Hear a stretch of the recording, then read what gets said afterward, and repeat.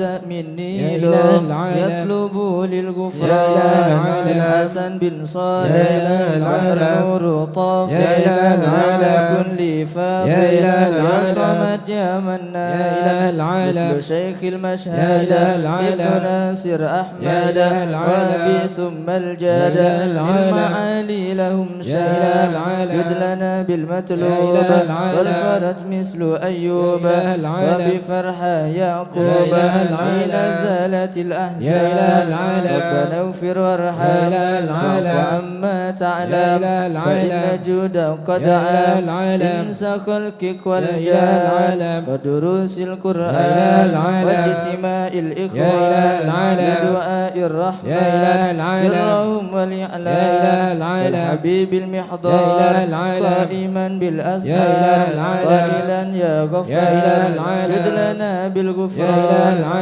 استجب لي واسمع ولنا الكل جمع ولمن لك يضرع طالبا للإحسان وصلاة تترى لمن خص بالإسرار وذويه طرا في جميع الأزمان يا علم سر منا لا تهتك ستر عنا وعفنا واعف عنا وكلنا حيث كنا يا علم سر منا لا تهتك ستر عنا وعفنا واعف عنا وكلنا حيث كنا ربي يا علم الحال إليك وجهت الآمال فمن علينا بالإقبال وكلنا واصلح البال يا علم سر منا لا تهتك ستر عنا وعفنا واعف عنا وكلنا حيث كنا يا رب الأرباب أدك فكيرك على الباب أتوقد بات الأسباب مستدركا بعدما ما يا علم سر منا لا تهتك ستر عنا وعفنا واعف عنا وكلنا حيث كنا وسع الجود جودك الخير خيرك وعندك فوق الذي رمى عبدك فادرك برحمتك في الحال يا علم السر منا لا تهتك ستر عنا وعفنا واعف عنا وكلنا حيث كنا الخلق ترى ومسع الكل برا أسألك أسبل سترى على القبائح والأخطاء يا علم السر منا لا تهتك ستر عنا وعفنا واعف عنا وكلنا حيث كنا من يرى سر قلبي حسبي ابتلاؤك حسبي فامحو بعفوك ذنبي واصلح قصودي والأعمال يا عالم السر منا لا تهتك ستر عنا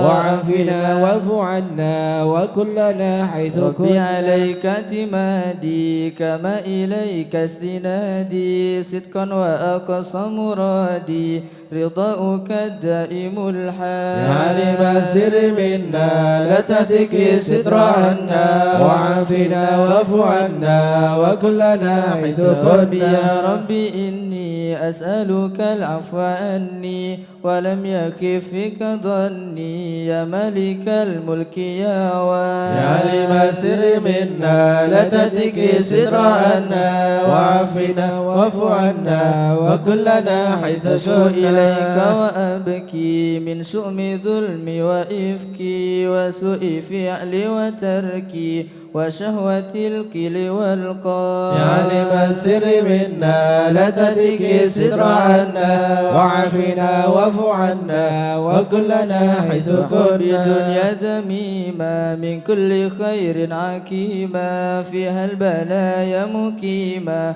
وهشوها أفد واشغال يا عالم السر منا لا تهتك ستر عنا وعافنا واعف عنا وكلنا حيث كنا الأنس الغوية عن السبيل السوية أدحط روج عليا وقصدها الجاه والمال يا عالم السر منا لا تهتك ستر عنا وعافنا واعف عنا وكلنا حيث ربي كنا قد غلبتني وبالأمان سبتني وفي الحدود كبتني وقيدتني بالأكبر يا علم السر منا لا تهتك الستر عنا وعافنا واعف عنا وكلنا حيث قد كنا استعنتك ربي على مداوة قلبي وحل عقدة كربي فانظر إلى الغم ينجى يا علم السر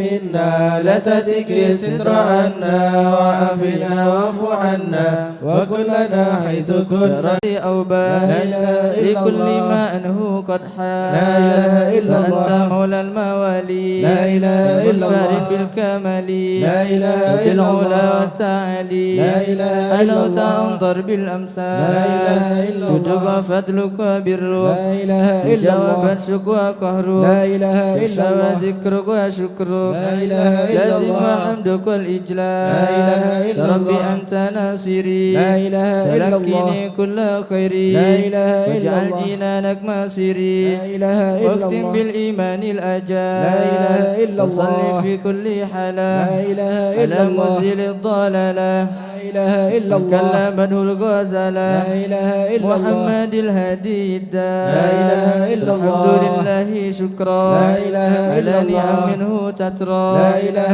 إلا أحمد الله سرا وجهرا لا إله إلا الله وبالغدايا والأصال لا إله إلا الله يا أرحم الراحمين يا أرحم الراحمين يا أرحم الراحمين فرج على المسلمين يا أرحم الراحمين يا أرحم الراحمين يا أرحم الراحمين فرج على المسلمين يا ربنا يا كريم يا ربنا يا رحيم أنت الجواد الحليم وأنت نعم المعين يا أرحم الراحمين يا أرحم الراحمين يا أرحم الراحمين فرج على المسلمين وليس نرجو سواك فادرك إلهي دراك قبل الفنا والهلاك يعم دنيا ودين يا أرحم الراحمين يا أرحم الراحمين يا أرحم الراحمين فرج على المسلمين وما لنا ربنا سواك يا حسبنا يا ذا العلا والغنى ويا قوي متين يا أرحم الراحمين يا أرحم الراحمين يا أرحم الراحمين فرج على المسلمين نسألك وليقيم العدل كي نستقيم على هداك القويم ولا نطيع اللعين يا أرحم الراحمين يا أرحم الراحمين يا أرحم الراحمين فرج على المسلمين يا ربنا يا مجيب أنت السميع القريب ضاق الوسيع الرحيم فانظر إلى المؤمنين نظرة تزيل العناء عنا وتدني المنى منا وكل الهنا نعطاه في كل حين يا أرحم الراحمين يا أرحم الراحمين يا أرحم الراحمين فرج على المسلمين سالت بجاه الجدود وليقيم الحدود فينا ويكفي الحسود ويدفع الظالمين يزيل للمنكرات يقيم للصلوات يأمر بالصالحات محب للصالحين يا أرحم الراحمين يا أرحم الراحمين يا أرحم الراحمين فرج على المسلمين يزيح كل الحرام يقهر كل الطغام يعدل بين الأنام ويؤمن الخائفين يا أرحم الراحمين يا أرحم الراحمين يا أرحم الراحمين فرج على المسلمين ربي اسقنا غيث عام نافع مبارك دوام يدوم في كل عام على ممر السنين ربي حينا شاكرين توفنا مسلمين نبعث من الآمنين في زمرة السابقين يا أرحم الراحمين يا أرحم الراحمين يا أرحم الراحمين فرج على المسلمين بجاه طه الرسول جد ربنا بالقبول وهب لنا كل سول ربي استجيب لي آمين أعطاك ربي جزيل وكل فعلك جميل وفيك أملنا طويل فاجد على الطامعين يا أرحم الراحمين يا أرحم الراحمين يا أرحم الراحمين فرج على المسلمين ربي ضاق الخناق من فعل ما لا يطاق فمنن بفاك كل غلاق لمن بذنبه راهن يا أرحم الراحمين يا أرحم الراحمين يا أرحم الراحمين فرج على واغفر المسلمين لكل الذنوب واستر لكل العيوب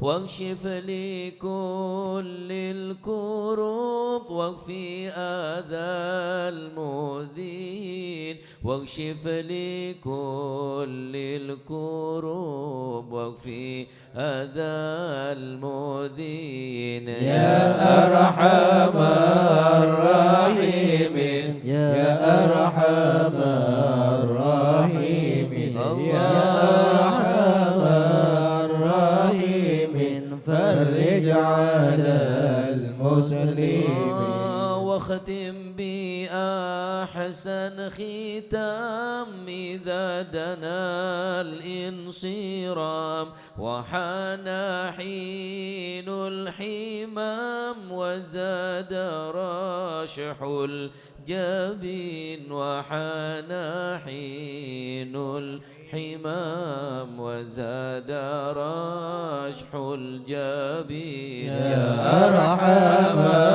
الراحمين يا أرحم الراحمين يا أرحم الراحمين فرج على المسلمين ثم الصلاة والسلام على شفيع الأنام والآل نعم الكرام وصحبه والتابعين والآل نعم الكرام وصحبه والتابعين يا أرحم الراحمين يا أرحم الراحمين يا أرحم الراحمين فرج على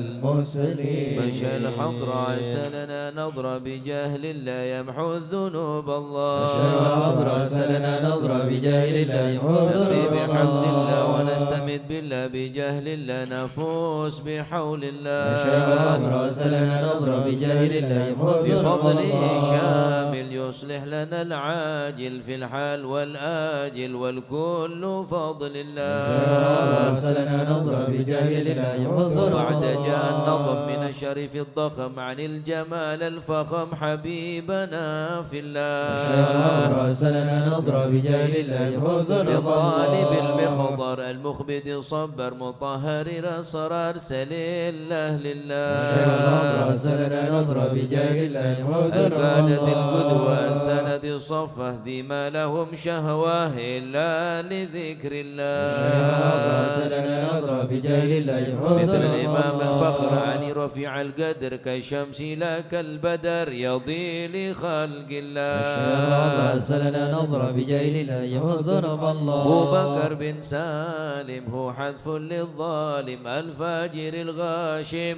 يهلك بأمر الله راسلنا نظر بجاهل الله يحضر الله ويؤتي الغارق إن كان أبوه واثق يلهق بالسابق هذا بفضل الله راسلنا نظر بجاهل الله يحضر لما الله قرأه العبد فحش ذا من نجد وقال لعل السعد يأتي بجود الله راسلنا نظر بجاهل الله يحضر والعبد الجاني كثير عصياني كثير طغياني كم خالف أمر الله راسلنا نظر بجاهل الله يحضر أسرى بحق القوم نلحق بهم في اليوم وما جرى من لوم يوفر بجاه الله راسلنا نظر بجاهل الله يحضر لأنه حائر وقلبه طائر ولا له ناصر إلا عباد الله راسلنا نظر بجاهل الله يا يحضر سادتي غارة في الحلب الدارة ما في الكبد مارة الله الله الله راسلنا نظر بجاهل الله يحضر معي ذوم ووض الذي رمى كله مدى نومه يجي بعون الله راسلنا نظر بجاهل الله كفى كفى ما بدول أصوابي في الحال يا أحبابي فإنكم بالله راسلنا نظر بجاهل الله خذوا لنا نصر بالسيف والقدرة وكل ما نكره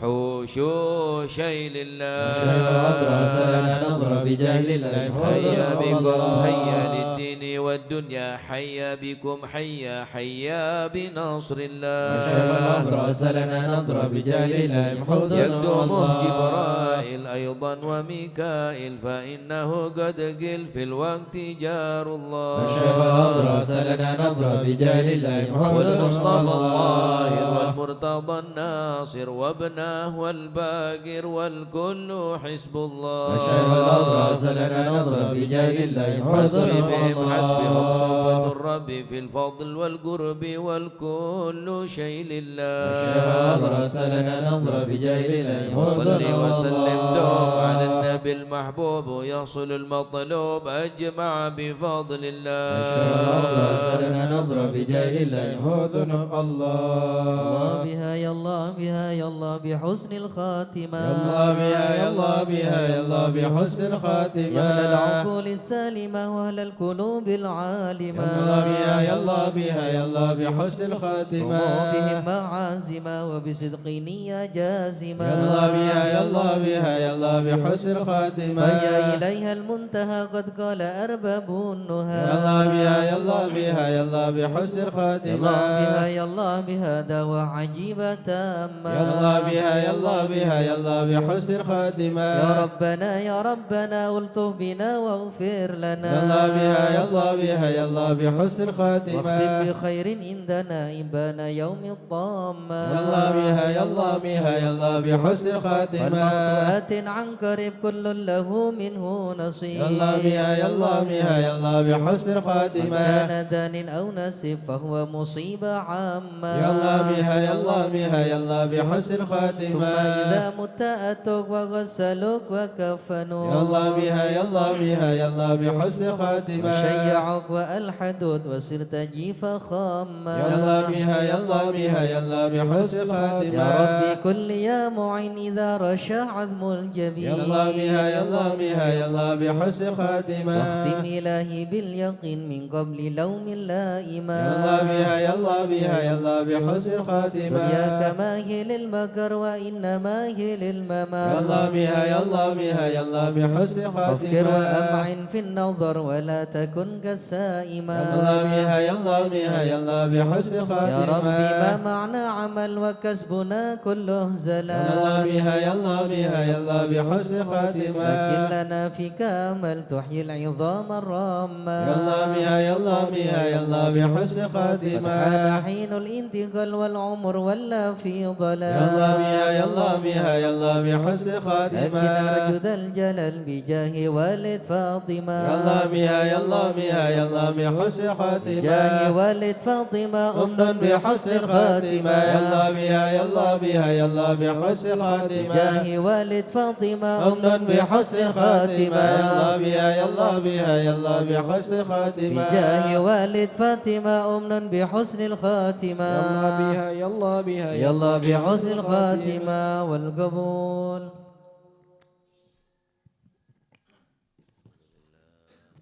الفاتحة إلى حضرة سيدنا وحبيبنا وشفينا رسول الله سيدنا محمد بن عبد الله صلى الله عليه وسلم وسائر الأنبياء والمرسلين والآل والصحابة أجمعين والتابعين لهم بإحسان إلى يوم الدين وسائر عباد الله الصالحين أن الله يولي درجات في الجنة ويحمينا بحمايتهم ويمدنا بمددهم ويدخلنا في شفاعتهم وينفعنا ببركاتهم ويرزقنا محبتهم والتخلق بأخلاقهم ويحشرنا في زمرتهم في عافية. الفاتحة.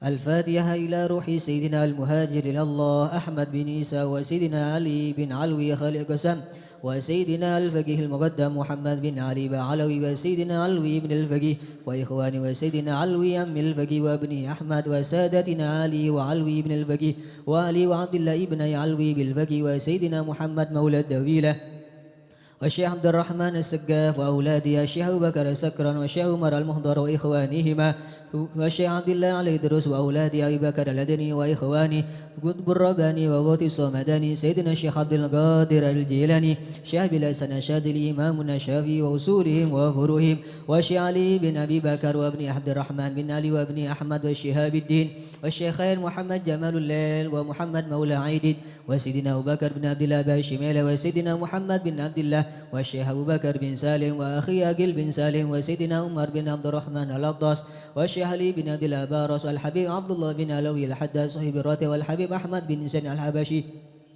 والحبيب عمر البر والحبيب عبد الرحمن بن عبد الله بالفقي علامة الدنيا والحبيب حامد بن عمر حامد وسيدنا الحبيب عبد الله بن حسين بن ظاهر وأخي ظاهر بن حسين بن ظاهر وسيدنا أحمد بن محمد المحضار وسيدنا أبو بكر بن عبد الله بن طالب الأطس وسيدنا علي بن محمد بن حسين الهبشي والحبيب عبد الله بن شيخ الإدروس والحبيب أحمد بن إدروس الإدروس والحبيب عبد الرحمن المشهور وابنه علي وابنه عبد الله بن علي المشهور والحبيب سالم بن حفيظ والحبيب محمد بن سالم بن حفيظ والحبيب عبد الله بن عمر الشاتري الحبيب أبو بكر الشاتري الحبيب محمد مهدي الشاتري حبيب حسن الشاتري حبيب سليم الشاتري والحبيب علوي بن عبد الله بن شهاب الدين والحبيب وابنه محمد بن علوي والحبيب عبد الله بن محمد بن علوي بن شهاب الدين وجميع ساداتنا آل بعلوي ثم أسس يروي الحبيب أبو بكر بن محمد السقاف كرسي الحبيب جعفر بن شيخان السقاف الحبيب علوي بن سقاف السقاف الحبيب عبد القادر بن حسين السقاف الحبيب صالح بن حسين الحامي تنقل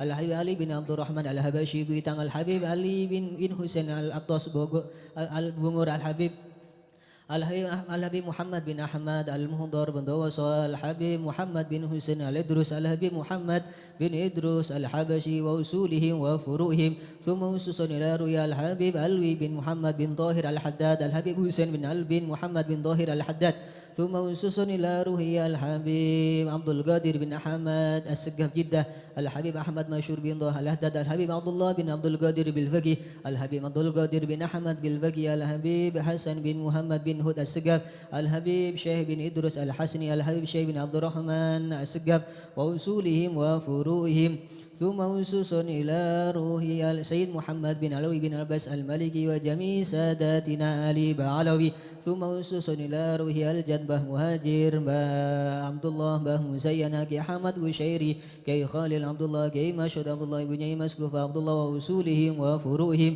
ثم أسس إلى روح كي نور سالم كي هاشم رفيعي كي جاسم نور وأصولهم وفروعهم ثم أسس إلى روح كي عبد الحميد بسروان كي نووي بن حسن سدوكي كي نووي بن عبد الجليل كي أبي حسني كي خالد وصولهم وفروعهم ثم أسس إلى روح كي هاشم أسري كي وهب حسب الله كي بسر سنسري وأصولهم وفروعهم ثم أسس إلى روح كي آل مرتضى كي محمد سبدر وأصولهم وفروعهم ثم أسس إلى روح كي منير علي كي برهان كي أنس كي علي كي زين العابدين وأصولهم وفروعهم ثم أسس إلى روح كي عبد الجليل كي بدر القمر وأصولهم وفروعهم والشيخ سعيد العمودي والشيخ سالم بن فضل بفضل والشيخ علي بن محمد الخطيب والشيخ سعد بن علي مدهد والشيخ عبد الله بن أحمد بسودان ومشايخ الحضرة الجميع ووالدينا وأولادنا وأهلنا ومشايخنا ومعلمينا وكاتب الحضرة ووالديه وجميع المسلمين أن الله يولي درجات في الجنة ويغفر لهم ويرحمهم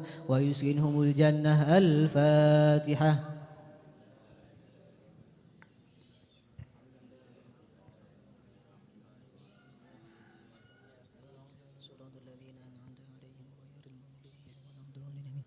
الفاتحة لأصحاب القهوة والبخور والكرامة ومن جاء منه أو خير أو وصلنا بخير ومن كان سببا لهذا الجمع العظيم والقراء والمستمعين أن الله يجمل أحوالهم ويكون في عونهم ويتقبل منهم ويغفر لوالديهم ووالدينا ولجميع المسلمين والمسلمات ويجمع قلوبنا على التقوى ويحفظنا وإياهم من كل أذى وبلوى مع العافية الدائمة التامة. الفاتحة.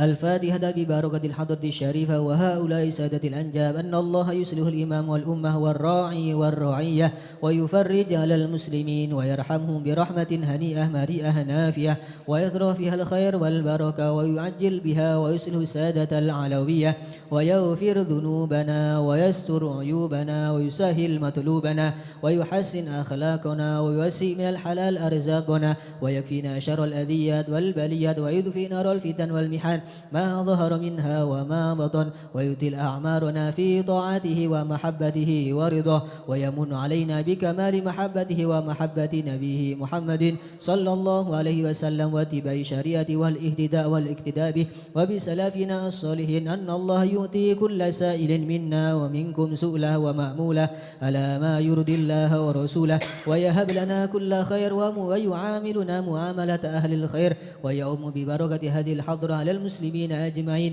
ويتقبله منا ويقبلنا على ما فينا ويمن على الجميع بكمال حسن السابقة وحسن الخاتم عند الموت في خير ولطف وعافية وإلى حضرة نبينا محمد صلى الله عليه وسلم. الفاتحة.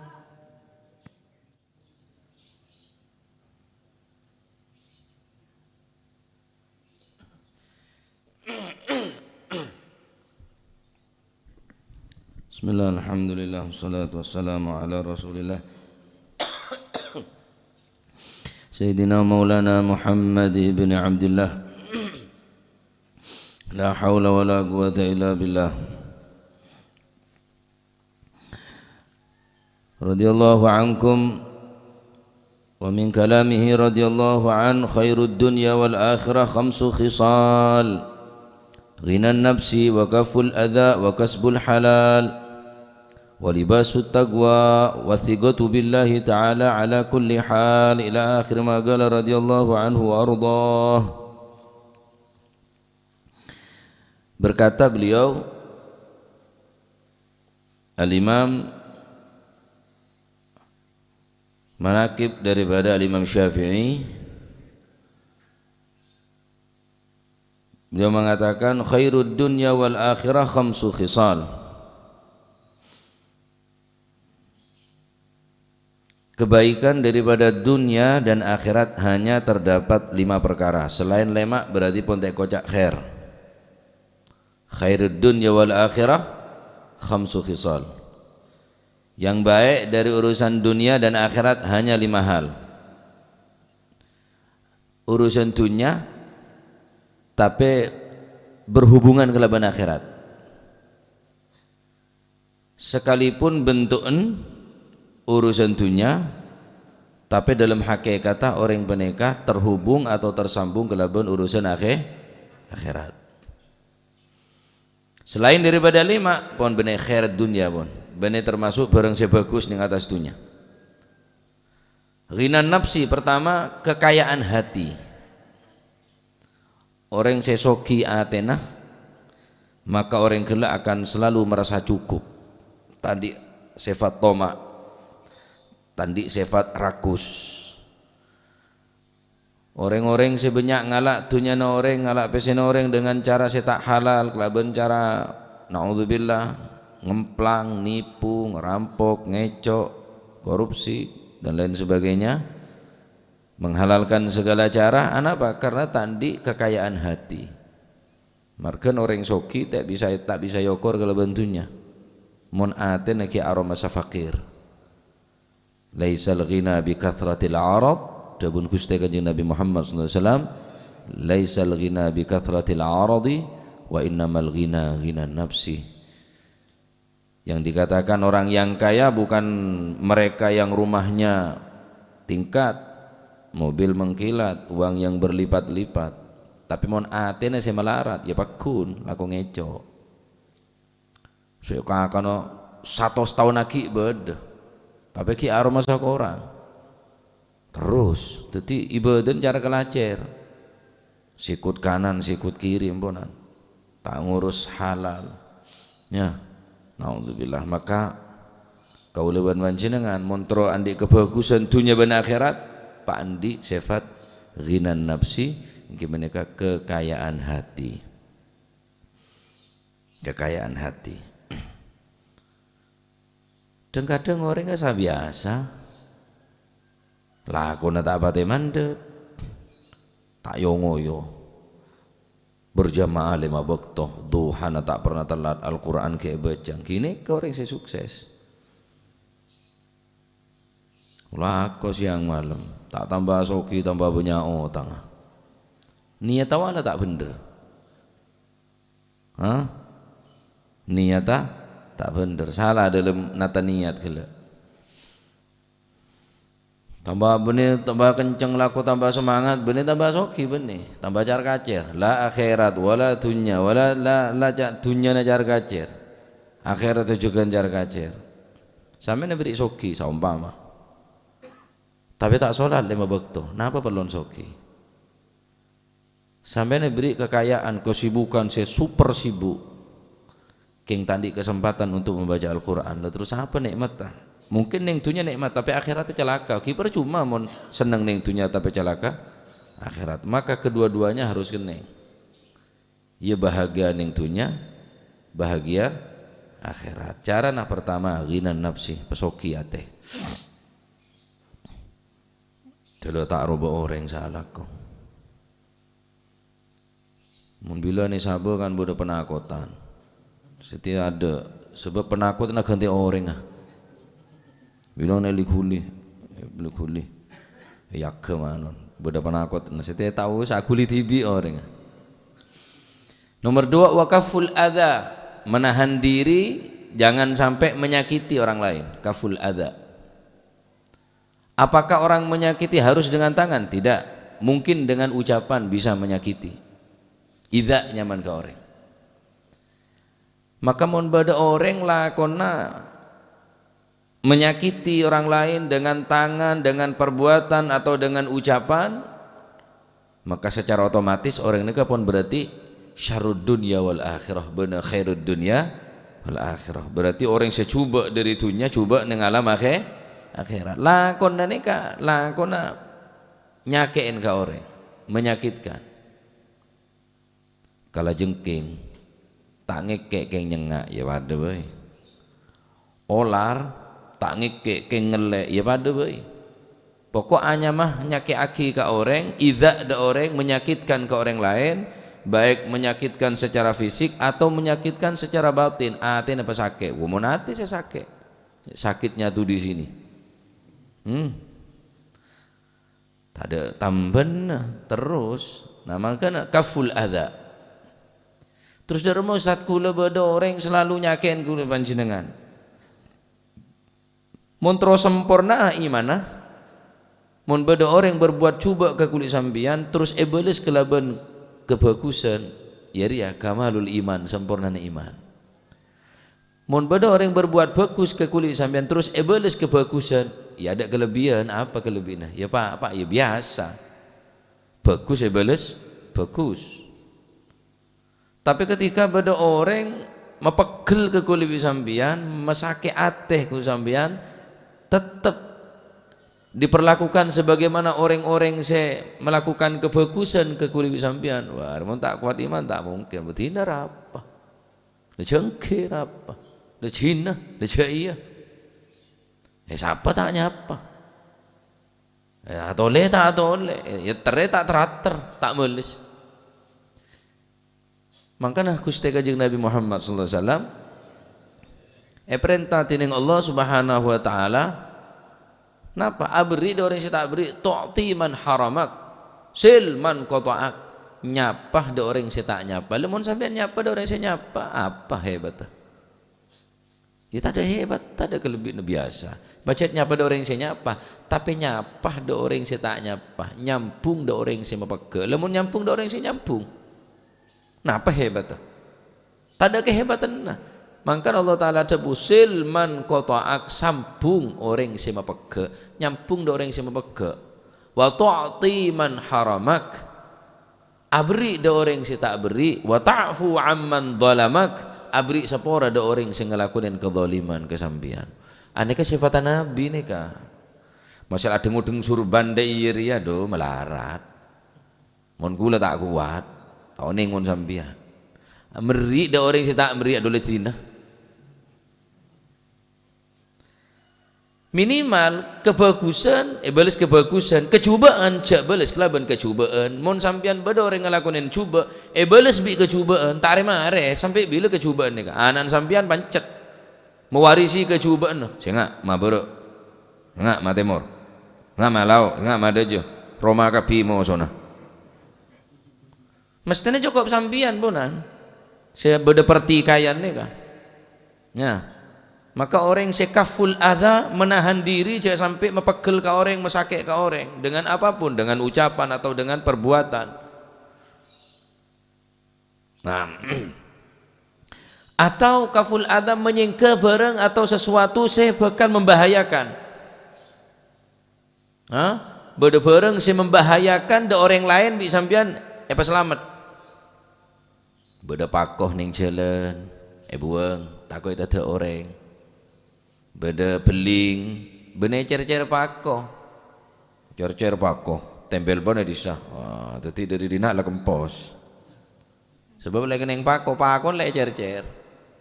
Beda orang ngaji, beda orang entar salat berjamaah, takut ada orang sing ngaji. Beri jalan, becek jalan, bening ngorosak jalan, bening gembosen orang se entar ngaji. Bisa dengan cara yakni menghilangkan sesuatu yang berbahaya atau membahayakan kepada orang lain. Ini termasuk khairid dunya wal akhirah. Beda marde paten takut kening tete orang. Orang bene bayi jasim ni mana jalan mesti nunduk dah mun beda pakoi pon tude apa bolong pakon sabak ning kaju jalan boleh teguh diki mula lele sabak boleh mula bunyak bede pakoh bendem kadang amalan si yang kepreme ngak nikah ternyata nikah adalah terdapat keridhaan daripada Allah Subhanahu wa taala. Nomor 3 wa kasbul halal, alakoh si halal. Apakah orang si alakoh halal kabine mesti oleh ganjaran? Belum tentu. Orang si alakoh nyari rezeki si halal belum tentu oleh ganjaran. Mun niat telo maluan sekalipun lakon halal tak bernilai. Tetapi hukum nyari rezeki si halal wajib hukum. Nyari rezeki si halal hukum wajib. Dalam hadis Rasulullah sallallahu alaihi wasallam ada innallaha ta'ala yuhibbu ayyara 'abdahu ta'ban fi talabil halal. Innallaha sesungguhnya Allah ta'ala yang maha luhur yuhibbu sangat mencintai ayyara atau yuhibbu sangat senang ayyara melihat 'abdahu kepada hambanya ta'ban fi talabil halal, yang mana hamba tadi itu ta'ban payah lesoh min talabil halal fi talabil halal lesoh nakela sebab pagi nyari rezeki si halal. Orang yang nyari rezeki si halal hukum wajib dan Allah Ta'ala sangat senang. Sokor niat aja lo maluan lako cakang apa mulai sepeda motor kia kata ruah nas panasan tak bernilai percuma. Apa boleh cara ngecok sepenting kan niat tah.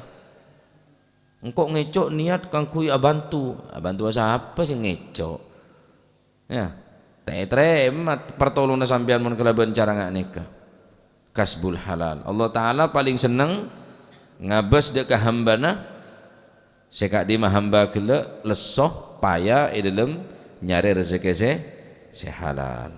6 orang saya keluar dalam memenuhi keperluan anak-anak. Orang saya keluar yakni maksudnya alakoh untuk memenuhi anak-anak mereka yang dalam keadaan yang kecil, yang lemah. Bahwa fisabilillah memenuhi anak tanggungan keluargana sewajib enafakoen hukumnya fisabilillah. Wa in kana kharaja yas'a ala abawain syaikhain kabirain fahuwa fi sabilillah. Dan barang siapa yang berjalan karena berbakti kepada orang tuanya yang telah tua renta fahuwa fi sabilillah, maka orang sak jalan gela engki peneka ekocak sabilillah. Wa man kana kharaja yas'a ala nafsihi ya'ifuha fahuwa fi sabilillah. Dan barang siapa yang bekerja yang keluar menjadi orang yang afif, menjaga diri, jangan sampai ngalak di noreng, jangan sampai ngecok di noreng, jangan sampai teror di noreng, jangan sampai minta ada di noreng. Fa fisabilillah. Mon niata aben teror dadi orang si afif, menjaga diri jangan sampai ngalak di noreng. Tapi sebaliknya wa in kana kharaja wa man kana kharaja yas'a riya'an wa mufakharan Barang siapa yang orang tadi itu keluar mencari rizki bekerja yang halal, tapi niat tak riyaan wa mufakharan, dia tadi itu niat riya, sombong-sombongan, wa mufakharan, tafakhur, ganggean, fahuwa fi sabili syaitan. Benih jalan sabilillah sekalipun lakon halal. Fi sabili syaitan jalan setan. Sekalipun lakon halal, anapa? Karena tojuna riya, tafakhur. Membangga diri, berbangga-bangga diri, tak niat terus ngeraksa cek sampai ngalak dinoreng, cek sampai minta dinoreng, cek sampai tamak dan dinoreng, terus dak dinoreng, tak niat senikah, niat riya wa tafakhur, fa wa fi sabili syaitan. Berarti orang ini kan yang jalan-jalan setan. Benar fi sabilillah berarti. Markana sya'alako, marsine kemon sya'alako kasbul halal. Niatin sekalipun lakon sampean halal tapi kelero niatnya sampean karena riya, karena kesombongan, tak catat ibadah. Hukumnya rena rezeki halal ya tetap tak berubah, pakun hukumah wajib. Nomor 4, walibasut taqwa, kebaikan dunia dan akhirat, walibasut taqwa, berpakaian takwa Allah. Benih kelampi takwa. Apa boleh takwa takut istri tua? Wah ya tambah tak gena. Benih kelampi takwa, tapi takwa ibarat kelampi pakaian. Kira-kira orang ini tak berpakaian bila kira-kira? Dok sabo pakaian, dok pasar pakaian, dok masjid pakaian, dok majelis taklim pakaian. Cuma mun hanya sekedar pakaian-pakaian biasa, sekalipun ke masjid bila perlu pakai jubah. Cuma sayang molen ngejok sepeda, modus kelambina untuk menutup aslina ben. Pakaian peci, pakaian takwa, kelambina tok takwa. Keng sama sekali ketakwaan te yang kui kebai kelampi. Libasuhumut taqwa wasimahumul haya'u wa qasduhumur rahmani fil gauli wal fi'li. Dabun al-Habil Haddad. Mereka orang-orang yang soleh, orang-orang yang dahulu as-salafun as-salihun, libasuhumut taqwa, pakaian mereka sederhana, cuma seistimewa ke kelambi takwa ada ke Allah subhanahu wa ta'ala. Nih pejabat kelambi mapan, berdasi, berjas, berdasi, bersepatu, kawal. Tahu apalah aku nah ngecok. Kelambi pakai dasi, haja orang terhormat, cuma kelakuan sama sekali tak terhormat. Cek saking kelambine cuma bener dasine tok, bener jasad tok semapan dalam atina walibasut taqwa wasimahumul haya'u, perangai mereka adalah rasa malu, todus. Al imanu uryanun walibasuhu at-taqwa wazinatuhu al haya'. Iman ni ke dalam hakikat terbengkang, orang mun terbengkang gembang kening penyakit, masuk angin, ya panas dalam dan lain sebagainya. Makanya al imanu uryanun, iman ni ke butuh pakaian. Apa pakaian iman? Walibasuhu at-taqwa, kelambin iman takut dak Gusti, bener kelambi takwa. Ya bener kelambi takwa. Mun kelambi takwa macam-macam, merah, kuning beda. Ya. Tapi kelampi seongkuan kadang kelampi ni compang camping tapi pakaian dalam mah walibasut taqwa, kelampi ni takut ke Gusti Allah, tak mesti kadang ni. La ilaha illallah, ya tak usah memfonis orang sak surbanan berarti takut ke pangeran, belum tentu. Dan kadang sineku emek bi tak sineku emek, dan kadang lebih mulja karena orang yang paling mulja benar orang sineku emek, benar orang yang pakai surban. Inna akramakum indallahi atqakum, orang yang paling mulja di gorongku sampean gimana ke benar orang yang paling ayada tempat tak, benar orang yang neku emek lah kon apa, orang yang paling takut dekat Allah subhanahu wa ta'ala. Mau lede salah takut ke Gusti Allah. Jadi petani saya takut, jadi pejabat saya takut, jadi reng soki saya takut, jadi reng melarat, iya melarat saya takut, karena reng melarat ini banyak tak takut. Kadal fakru ayyakuna kufron, banyak orang melarat ni ka empon tak ada ilah melarat, dah iya boilah dia ampun motel telengan telaki polan melarat, rat melarat dah iya salah, waduh ya Jadi kelampi takwa ni ka toreh belajar lagi dah anak-anak kulit sampian. Raja kuaku mula ada syarat takut ke Gusti Allah. Terang soki saya takut ke Gusti Allah. Jadi pejabat saya takut ke Gusti Allah. Allahu Akbar. Ni kata-kata takwa Allah ni ben Jumat ku sampean ngedi. Ya Yuhannas ittaqullah. Khutbah pertama, khutbah kedua, ya Yuhannas ittaqullah. Ki kurang kereng ta sak khutbah aja. Ki haja tak sekole. Tak pengaruh saka. Tak kok kapido ke Gusti Allah, tak ngeter haja. Apa keng la ate kuli sampian nikah se tertutup. Sehingga tak tersentuh kelaban kata-kata takut dah ke Gusti Allah. Termoga tadi ilmu semanfaat.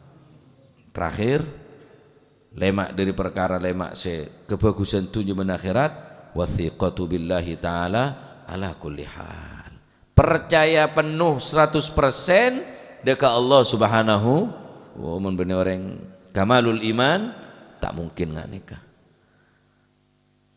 Sampian numpak kapal tak kenal dek kepilot tah. Mari numpak kapal. Tato. Numpak apa sih mari? Sepur. Tato kia. Numpak apa tosa? Orang yang numpak kapal ni kau wala kenal dek pilot tah, tak kenal dek kapilot tah. Orang yang numpak bis tak kenal dek supir, tak kenal dek kondektur. Orang yang numpak kapal tak kenal dek nakoda, tak kenal dek kru kapal. Tapi percaya 100% mele tiket tujuan Jakarta nompak depak. Mata kebeter patoro ni di mata. Tak kebeter sampai ni begeger. Tak kebeter sampean karena pun percaya sampean pokok tentang tujuan Surabaya numpak bis toju terima depak. Percaya ke supir. Lah kepercayaanku lebih sampean ke Gusti Allah rek emah. Rezeki mamang. Ruah mamang, ria mamang, ma odi dumang mang ria. Wathiqatu billah. Keputusna Gusti Allah jauh lebih baik daripada keputusna manusia. Ki mon orang mon tak orang saya sampurna iman tak mungkin, Pak. Wathiqatu billah ala kulli hal. Pasrah penuh dekat Gusti Allah. Apapun keputusna, napa cepon Gusti Allah. Ini kok khairud dunia wal akhirah. Tak gempang lemak ni. Karena lemak ni adalah kebaikan dunia, kebaikan akhirat. Lain lemak ni kah wis. Pertama sokina ate. Nomor 2 kaful adha. Sampai berbuat kecubaan atau menyelamatkan orang sampai napa kening bareng-bareng si berbahaya. Nomor 3 kasbul halal, nyari rezeki si halal, matur muka kulit sampai tambah rezeki si halal. Walibasut taqwa, orang kelak kelampian takut dekat Allah Subhanahu wa ta'ala. Lagi mon banyak orang sini ka masih hatta saya ngocak, hatta saya apa ngajian. Tepak banyak orang hajak malaikat. Jok tandi dosa deh ya. Tandi dosa sekali Gus Muhib je. Mun ada orang lain. Kan orang takut ni ke fi kulli hal. Bener aden reng banyak, bener aden kamera. Mun aden kamera hajak malaikat tandi dosa sekali. Dereng dinek ya. Tak toleh. Ada orang siapa juga dulu. Orang takok ni benih polan dia ada orang banyak. Orang takok ni ada orang beda orang pakunta takok. Tengok orang saya takok ke lampu merah. Beda polisi ni tak? Ada. Ambu. Padahal ada polisi ni karo patung ngetok. Patung beri helm, beri sepeda motor. Orang kan tak ada sarapan. Lampu merah, ampuh tak usah ngocok. Awas ngerem tak usah. Beda CCTV, tak bengal saya ngecok. Apa? Sebab beda CCTV takut itu mau viral. Ya, jaketek. Masuk dek JTV biar pojok kampung. Ustad nyolong jaketek deh ya.